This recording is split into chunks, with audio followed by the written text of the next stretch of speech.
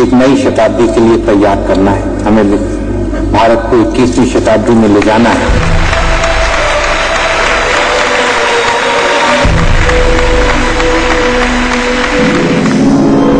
हिंदुस्तान को भ्रष्टाचार मुक्त मुल्क बनाने की कसम खाने वाले, हर हाथ को काम और तकनीक का उद्घोष करने वाले, किसी भी कीमत पर विकास का ख्वाब पालने वाले, विकास का ख्वाब दिखाने वाले और तंग और फटे हाल हिंदुस्तान को 21वीं सदी का एक नायाब भारत बनाने वाले राजीव गांधी अगर आज आपके और हमारे बीच होते तो 69 साल के होते।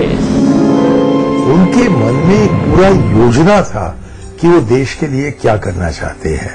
उनका वर्क कल्चर, उनका एक ह्यूमैनिटेरियन अप्रोच और intellectual level was such that we can't forget Raju ji. Every day we remember him. जिनकी वजह से आज हिंदुस्तान दुनिया में मैन पावर की जगह पे माइंड पावर जाना जाता है।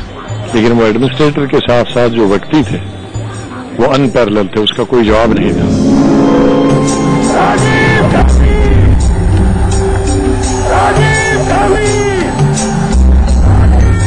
इस मुल्क के लाखों घरों में राजीव जीते हैं,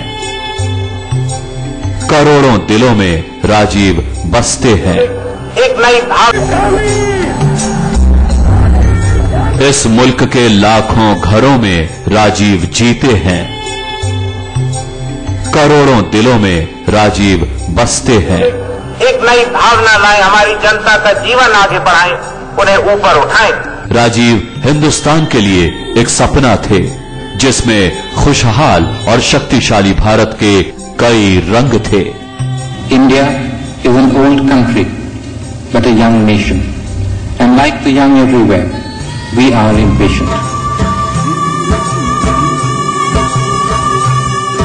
आखिर ऐसा क्या था 3 अक्षर के इस नाम में, 6 फीट की इस शख्सियत में, जिसे दुनिया राजीव गांधी के नाम से जानती है।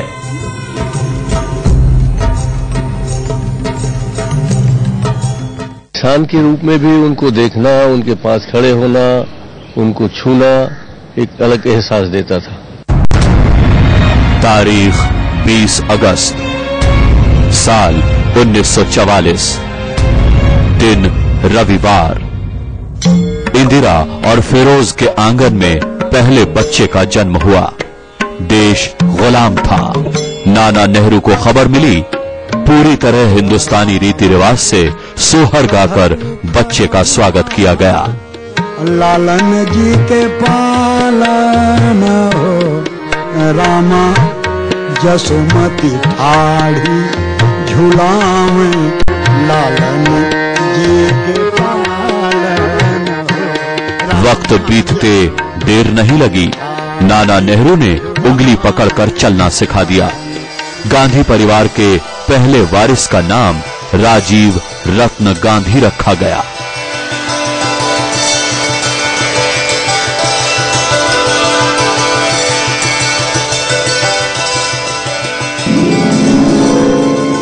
जब वो नाना के कंधों के ऊपर खेलते थे तब से देखा, फिर डून स्कूल गए, फिर कैम्ब्रिज गए, फिर हमारे मंत्रालय में पायलट बने।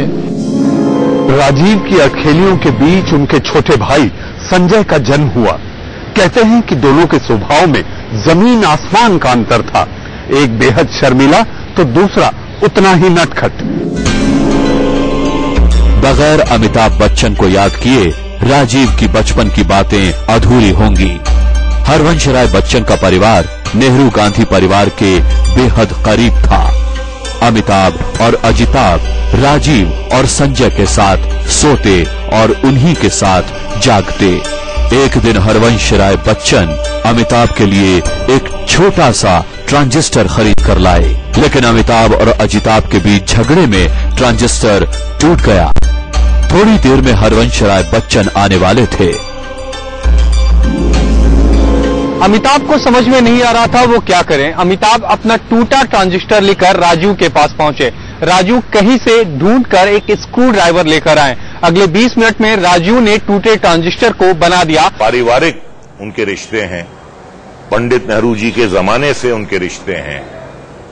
पंडित नेहरू जी की दोस्ती हरिवंश राय बच्चन जी से थी, इंदिरा जी की दोस्ती तेजी बच्चन जी से थी, और अमिताभ बच्चन की दोस्ती राजीव जी से और संजय गांधी से थी। तो ये बहुत पुराना रिश्ता है जो मतलब पुश्तों से चला आ रहा है, बड़ा मजबूत रिश्ता रहा है। वक्त और हैसियत के मुताबिक राजीव और संजय दून स्कूल में पढ़ने चले गए। अमिताभ और अजिताभ को नैनीताल के शेरवुड स्कूल में दाखिला मिला। स्कूल में 3 महीने की छुट्टी होती। छुट्टी में चारों दिल्ली में जमा होते और धमा चौकड़ी मचाते। वक्त और हैसियत के मुताबिक पढ़ने के लिए राजीव और संजय दून स्कूल चले गए। अमिताभ और अजिताभ को नैनीताल के शेरवुड स्कूल में दाखिला मिल गया। साल भर में 3 महीने की छुट्टी होती थी और 3 महीने की छुट्टी में 4 यार जमा होते थे दिल्ली में, और दिल्ली में जब 4 यार जमा होते थे फिर शुरू होती थी धमा चौकड़ी।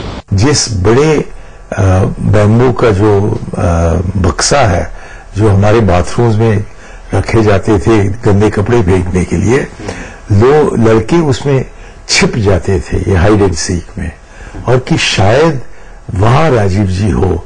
तो जब उन्होंने उस बिकर बास्केट को खोला, देखा कि 11 साल का लड़का वहां छिपा हुआ है। राजीव गांधी जब 20 साल के थे तब नाना नेहरू का निधन हो गया।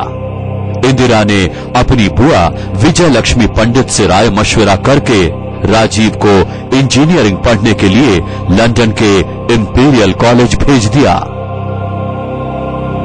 7 समुंदर पार राजीव की जिंदगी में सिर्फ 3 चीजें थी। पहली उनकी किताब, दूसरे अमिताभ और तीसरा वो शख्स जिसने राजीव की जिंदगी में अभी अभी दस्तक दी थी। बात 1965 की है। बात 1965 की है। राजीव कैम्ब्रिज में पढ़ रहे थे। कैम्ब्रिज के कैंपस के पास एक ग्रीक रेस्टोरेंट था। एक दिन राजीव अपने दोस्तों के साथ इस रेस्टोरेंट में बैठे थे। सामने की टेबल पर एक लड़की एकटक राजीव को निहार रही थी। नाम था एडविग एंटोनिया एल्बिना माइनो। शर्मीले राजीव कभी उस लड़की को देखते, कभी नजरें झुका लेते, लेकिन उसी दिन दोनों के दिल धड़क उठे। दरअसल एडविग एंटोनिया एल्बिना माइनो, जो बाद में सोनिया गांधी बन गईं। सोनिया राजीव की नीली आंखों पर लट्टू थी।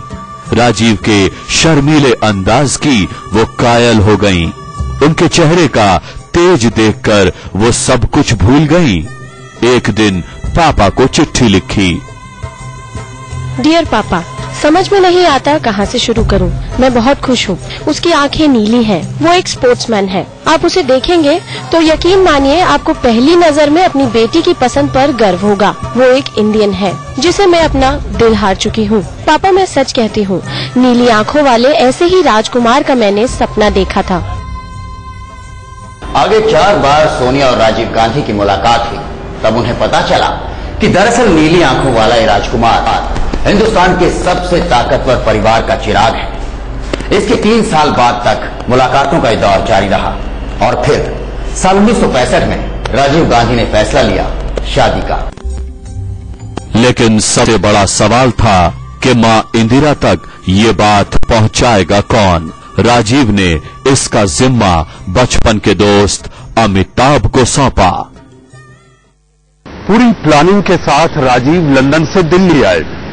अमिताभ से मिलने उनके घर पहुंचे तो उस वक्त उनके हाथ में एक पैकेट था। पैकेट में जीन्स था और पैकेट देते वक्त राजीव ने अपने दिल की बात अमिताभ को बता दी। अमिताभ चौंक गए। बोले, जब तक लड़की को खुद नहीं देख लेते कैसे अपनी राय जाहिर करेंगे। तब राजीव ने उन्हें पिछली बार दिखाई गई एक फोटो एल्बम के बारे में बताया। अमिताभ ने खूब तारीफ की। दोनों दोस्तों ने राय मशविरा करके फैसला किया कि सोनिया जब आएंगी तो अमिताभ के घर पर रहेंगी। दरअसल राजीव जब जब लंदन से अमिताभ को चिट्ठी लिखते, सोनिया के बारे में लिखते रहते। अमिताभ अपनी मां तेजी बच्चन से अक्सर इसकी चर्चा करते।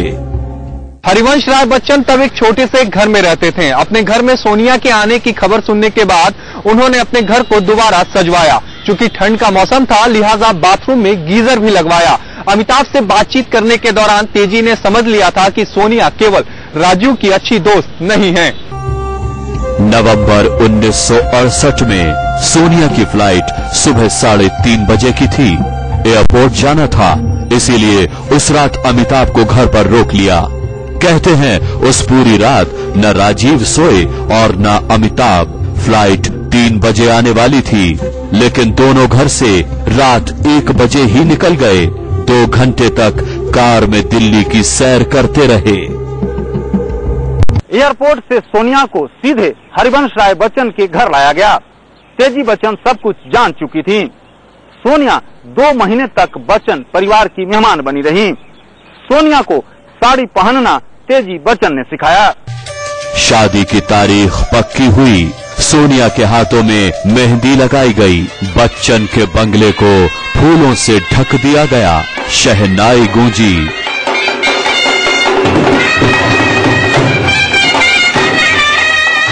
बहुत ही खास मेहमान बुलाए गए। कन्यादान हरिवंश राय बच्चन ने किया। शादी से 1 दिन पहले अमिताभ ने सोनिया से राखी बंधवाई।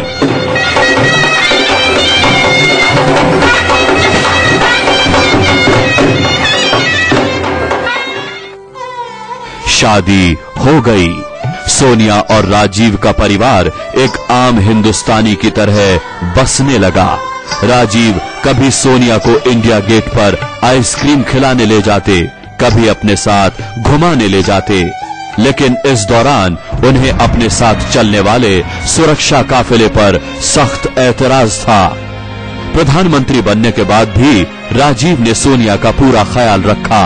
हमेशा उनके लिए फुर्सत के क्षण ढूंढे। सोनिया और राजीव की जिंदगी में प्रियंका और राहुल आए। वक्त के साथ हालात बदले। 1977 का चुनाव इंदिरा गांधी हार गईं।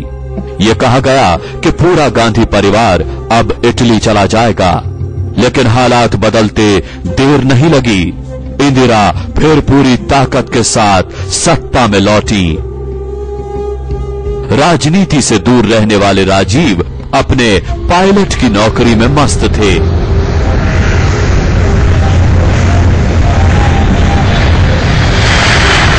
आघात पहुंचा था। सियासत में इंदिरा अपने को अकेला महसूस करने लगी। न चाहकर भी मां की मदद करने के लिए राजीव को थोड़ी बहुत सियासत में ध्यान लगाना पड़ा। वो कांग्रेस महासचिव बन गए। जब पश्चिम बंगाल के दौरे पर थे तो सबसे मनहूस खबर दी गई। मां इंदिरा गांधी की हत्या हो चुकी थी। राजीव भागे भागे दिल्ली पहुंचे।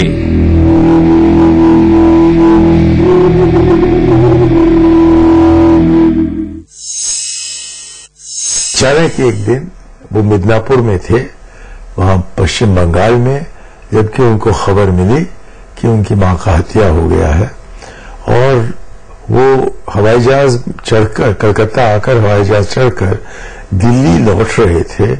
और शायद उस समय भी उनको नहीं पता था कि पार्टी की मांग रहेगी कि उन्हीं को प्रधानमंत्री का पद लेना होगा। राजीव दिल्ली में थे, एम्स की 8वीं मंजिल पर। आईसीयू में इंदिरा को डॉक्टरों ने मृत घोषित कर दिया था। 8वीं मंजिल पर एक बाथरूम में राजीव गांधी और इंदिरा के निजी सचिव पीसी अलेक्जेंडर के बीच बातचीत चल रही थी। दरअसल मां इंदिरा की हत्या के बाद राजीव के सामने अचानक देश चलाने की मजबूरी थी, जिसके लिए वो कहीं से तैयार नहीं थे। सुनिए, इंदिरा गांधी की हत्या से ठीक 6 सप्ताह पहले खुद राजीव ने लंदन में दुनिया भर के प्रेस के सामने क्या कहा था। I've never thought of being Prime Minister. I've got a job at the moment of building up our party, and I think I've done a fairly good job in the past 2 years. लेकिन होने को कौन टाल सकता था। गांधी परिवार सबसे बड़ी मुश्किल के दौर से गुजर रहा था, जब मां का शव बराबर के कमरे में पड़ा था और कांग्रेस राजीव गांधी को कांग्रेस की कमान संभालने के लिए मना रही थी। एआईसीसी में गांधी परिवार के करीबी कुछ लोगों का कहना था कि राजीव को तुरंत प्रधानमंत्री पद की शपथ दिला दी जाए। राष्ट्रपति ज्ञानी जैल सिंह विदेश में थे। उनके साथ इंदिरा गांधी के मनमुटाव किस्से खुलकर लोगों के सामने थे। एआईसीसी के कुछ लोगों को डर था कि कहीं ज्ञानी जैल सिंह के आने के बाद काम गड़बड़ा न जाए। इसलिए एक राय ये रखी गई कि उपराष्ट्रपति की मौजूदगी में राजीव गांधी को शपथ दिला दी जाए। अगर ऐसा होता तो राजीव की शपथ पर सवाल उठाए जाते। लिहाजा ये तय हुआ कि ज्ञानी जैल सिंह का आने का इंतजार किया जाए। ज्ञानी जैल सिंह वापस आए और राजीव गांधी को शपथ दिलाई गई। Discharge my duties as Prime Minister. 40 साल की उम्र में देश की कमान। सबसे युवा पीएम बने राजीव के सामने चुनौतियां मुंह बाए खड़ी थी।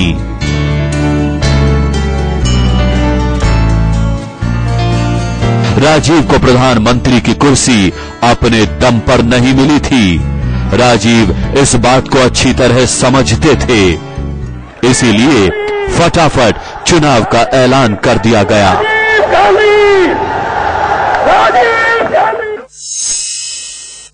राजीव की अगुवाई में पहली बार कांग्रेस चुनाव में गई। मां इंदिरा की सहानुभूति का असर चुनाव पर साफ दिखा। कांग्रेस ने 542 लोकसभा सीटों में से 411 पर विजय दर्ज की। उसके अगले 2 साल राजीव ने 3 बड़ी चुनौतियों का सफलतापूर्वक समाधान कर अपनी सूझबूझ का परिचय दिया। उन्हीं दिनों श्रीलंका में तमिल विद्रोह अपने चरम पर था।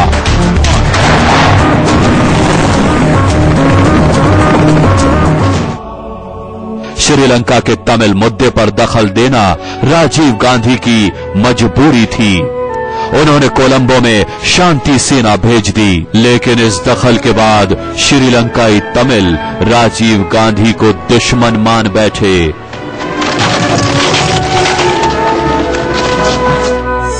कोलंबो दौरे में गार्ड ऑफ ऑनर के वक्त राजीव गांधी पर हमला हुआ।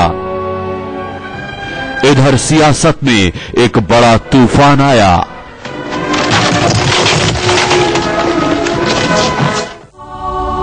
वोफोर्स घोटाले के आरोप में राजीव की सरकार पूरी तरह बदनाम हो गई।